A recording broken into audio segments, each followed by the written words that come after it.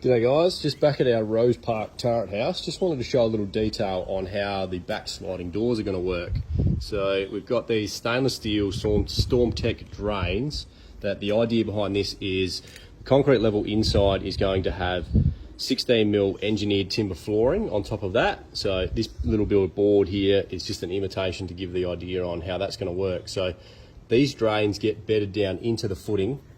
So then the timber flooring finishes flush with the top edge of the drain. Our Rylock sliding doors are going to sit inside the drain on these little packers, which then the threshold will finish flush with the top edge here, creating a smooth threshold through. Any water that gets inside the drain, inside the bottom door track, will come into the drain, fall down into the front section, come along into the pops, which then drain out into the stormwater system. So then the idea behind that is once the polished concrete slab is poured out here, it will be flush with the outside of this drain here. So then a nice flush floor level through from inside straight across the door and then out onto the concrete. So this little section here, as you can see, the bottom part, the stainless steel part of the Storm Tech drain. This section is obviously the aluminium track for the sliding door. As it showed in the other videos, it sits up on these little packers in here. They're welded in little stainless steel bars.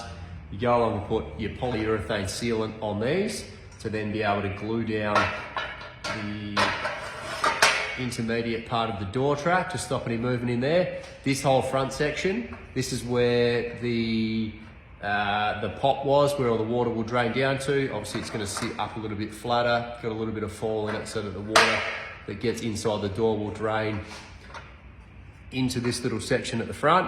This is fully removable. Check this out. So that there, got a couple of little legs, sits up on this side in here as well. Fully removable.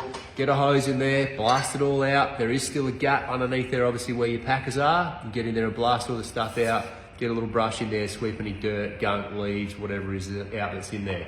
Obviously, it is going to need a pretty good team to get one of these actually working properly. There's a few moving parts in it, and obviously trying to get things flush with all of these edges is pretty crucial.